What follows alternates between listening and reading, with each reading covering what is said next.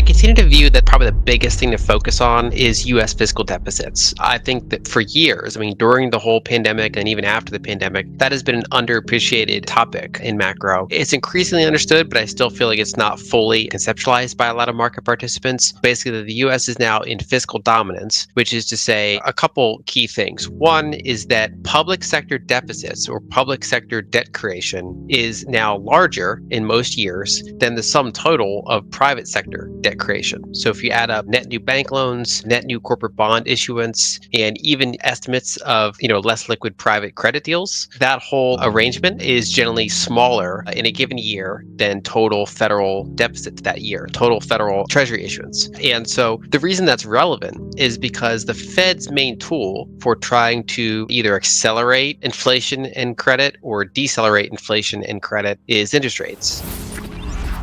And so when they raise interest rates, they can generally slow down the rate of borrowing by making borrowing less attractive. And if they want to accelerate borrowing, they can lower interest rates and therefore try to provide a boost. The problem is the federal government's not really interest rate sensitive. A lot of their things are just locked in. They're going to borrow regardless of what interest rates are. And so the Fed's tools are less effective in a fiscally dominant environment. And if it gets extreme enough, it can actually be pro-cyclical in the sense that higher interest rates make federal interest expense larger and therefore increase the size of the deficits, which can be stimulating in some ways. And so it's a very different macro environment than has been the case for most of the past 40 years. We've been in fiscal dominance. Early stages was like 2018, 2019, but really more recently in a cyclical sense, the 2023, 2024, and still in 2025 period has been characterized by fiscal dominance.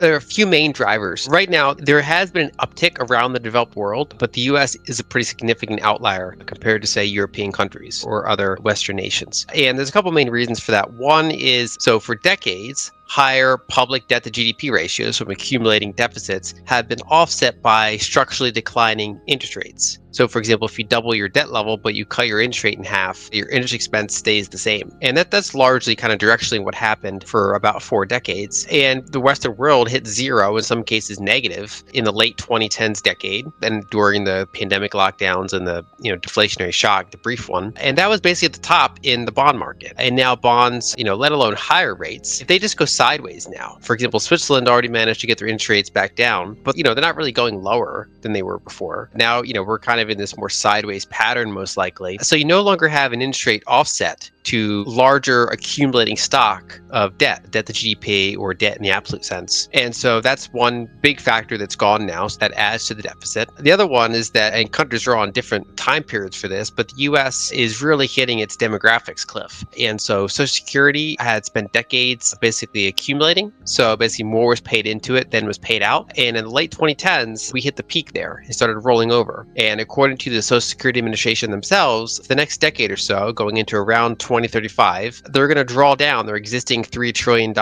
fund and push that back into the economy as there's the whole very large baby boomer generation is retiring and will be increasingly retired and drawing from that with fewer workers to really pay into that. And so that is, pro deficits, pushing money back into the economy. And then there's other major factors. For decades, the US and say NATO countries were reducing their military spending as a percentage of GDP. In the US's case, that was often basically that military spending was kind of going sideways, which when you have a rising nominal GDP would result in a decreasing military expenditure as a percentage of GDP. But because of a variety of current factors, we kind of hit the floor there, most likely, and now we're sideways to up in terms of military spending as a percentage of GDP. It's a little bit more notable in Europe because theirs got lower to begin with for many countries. But even in the US, when you consider multiple extra bills and stuff for supporting some of what's going on, that adds to the deficit. So a bunch of different things together have kind of culminated in the 40-year period of what we've been in, the monetary dominance coming to an end. It's quite possible they could temporarily lose control, like we saw, for example, during the 2022 gilt crisis. The UK briefly lost control and required rather awkward central bank intervention, despite the fact that inflation was very high. So they had the Bank of England literally had to cancel a speech on balance sheet reduction to instead do emergency balance sheet increases to put out the fire that was happening in leveraged gilt markets. The US isn't in quite that vulnerable of a position, but we have occasional moments of vulnerability where sometimes the central bank has to step in. And we've already seen action by the Treasury to impact this. And so, for example, during Secretary Yellen's term, she issued a bunch of extra T-bills to fund the deficit at higher ratios than is as normal. And that allowed them to, one, draw from the reverse repo facility. So basically pull liquidity that was already in there, get that back out into the banking system so it doesn't strain the treasury market. And two, it's basically a cash equivalent. A T-bill is kind of like a cash equivalent. And so various pools of capital can hold it with less risk because they don't have to worry about the price going down substantially because of interest rate increases and all the volatility that's associated with longer term bonds. And so one thing you generally see in emerging markets, if they have trouble with like the long end of their bond market, because you don't want to lend to a emerging market government for 20 years, 30 years, or maybe even 10 years, they'll issue more short-term paper. And directionally, that's what we've seen from the United States. And Scott Bessent originally talked about fixing that. He said, we're going to lower long-term interest rates and we're going to term out the debt. So far, they've not done that. And they've specifically talked about the fact that because the interest rates are higher than they expected them to be, they've blamed the Fed, but for whatever reason, the interest rates are higher than they expected them to be. They're not terming out their debt. They're continuing with the T-bill strategy. In addition, they've already talked about that,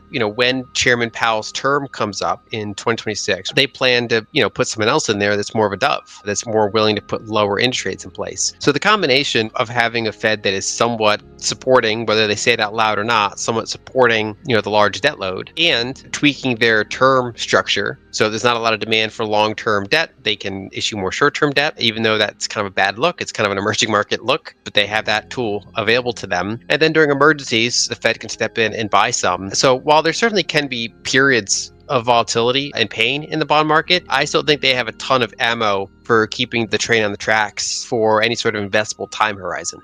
April was kind of the peak tariff uncertainty period. That's when markets really had to freak out because some of these very high levels of tariffs are placed. And if you look at Trump's economic advisor, Stephen Myron, he wrote a paper in March 2024 that talked about how to kind of rebalance trade. And one of the assumptions that they had was that during the tariff negotiation process, it would strengthen the dollar, which would offset some of the tariffs and also give the US more negotiating power. That hasn't played out. We've had a weaker dollar during the tariff negotiation period. Overall, I think the negotiations have been more fraught than they expected. They've had to kind of back off some of the more draconian things. A lot of those are still ongoing, so we don't know where this is going to land. So far, tariff revenue has increased, but even with the increased tariff revenue, deficits are still very large. And so, although I wouldn't call it completely immaterial, it is certainly a smaller factor than the overall structural trends that we just talked about. So you could potentially get maybe even 300 billion in additional revenue in a given year. You're up against like a 2 trillion annualized deficit. So around the margins, you can affect it, but that's still a background thing to deal with. It's more about whether or not a given industry is hit hard. And unfortunately, one of the ways it's played out is that, the tariffs go on companies and then some of the really big ones get exemptions. So it kind of like the middle and the smaller companies are the ones that end up getting stuck with it. That's how a lot of these government programs often end up operating. So yeah, a lot of that's still ongoing. It certainly impacts industries, even if on a macro sense, it doesn't really have too much effect the fiscal dominance thesis other than around the margins. There has been some delays in the current negotiation, but then there's also increased rhetoric around it. During the sell-off that occurred around April, that reduced the administration's negotiating position, but the subsequent rebound throughout late April, May, and June, and now into July. So the fact that the S&P 500 is at new highs, the fact that the bond market's less volatile than it was back then, that does give the administration more,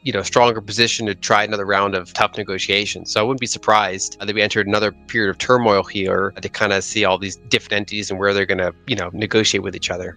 So I think it's less inflationary than many people think. Monetized fiscal deficits are a bigger inflationary factor than the tariffs. And that's because the tariffs don't increase the money supply. So ultimately, inflation is a money supply thing. There are other factors. But if you just have tariffs and you don't have anything that structurally increases the money supply, then generally speaking, a higher price somewhere takes prices from somewhere else. So if certain things go up in price because of tariffs, which are basically just taxes, then there are other things that are more discretionary that consumers or businesses could buy less of in order to keep prioritizing things that they kind of have to buy with the increased tariffs. That could come out of other things that are measured in the consumer price basket. So for example, if say products out of China are more expensive and you still have to buy them just because we're pretty obviously reliant on their electronics and other things that they provide to us, especially in the for the next few years, you could buy something less from elsewhere. You could buy less luxury goods from France, for example, because consumers and businesses are pressured with the things that they're getting from China, just as a random example. In addition, tariffs can come out of corporate margins and therefore can basically come out of the stock market. When you have inflation, what people normally think of as consumer price inflation. But if you have a period of pretty significant money supply growth, but you also have high productivity, so for example, you keep energy, oil and gas flowing, no major constraints there. If you have no major restrictions in your labor force, if you have technological advancement like AI and stuff like that, then you can have pretty significant money supply growth while keeping CPI pretty contained, or at least not growing as quickly as you'd expect. And what that generally means is that the spillover goes into asset prices. So the stock market, high quality real estate, gold, Bitcoin, those things will generally go up in that type of fast money supply growth, but substantial productivity period. However, if you do tariffs or other things that negatively impact corporate margins, that can potentially force the stock market to consolidate a little bit. And so you can get a little bit of an uptick in certain consumer prices, but you could get a weaker stock market. And then therefore that could negatively impact the wealth effect. You could have a little bit less around the margin spending from higher net worth individuals, which, doesn't show up in kind of day-to-day spending, but that can show up in luxury goods, that can show up in certain types of more expensive travel. So this long story short of that whole kind of like rambling is that when you have something like tariffs rather than money supply growth that's fueling potential changes in prices, it's more likely to come out of somewhere else rather than just be additive in the broad sense.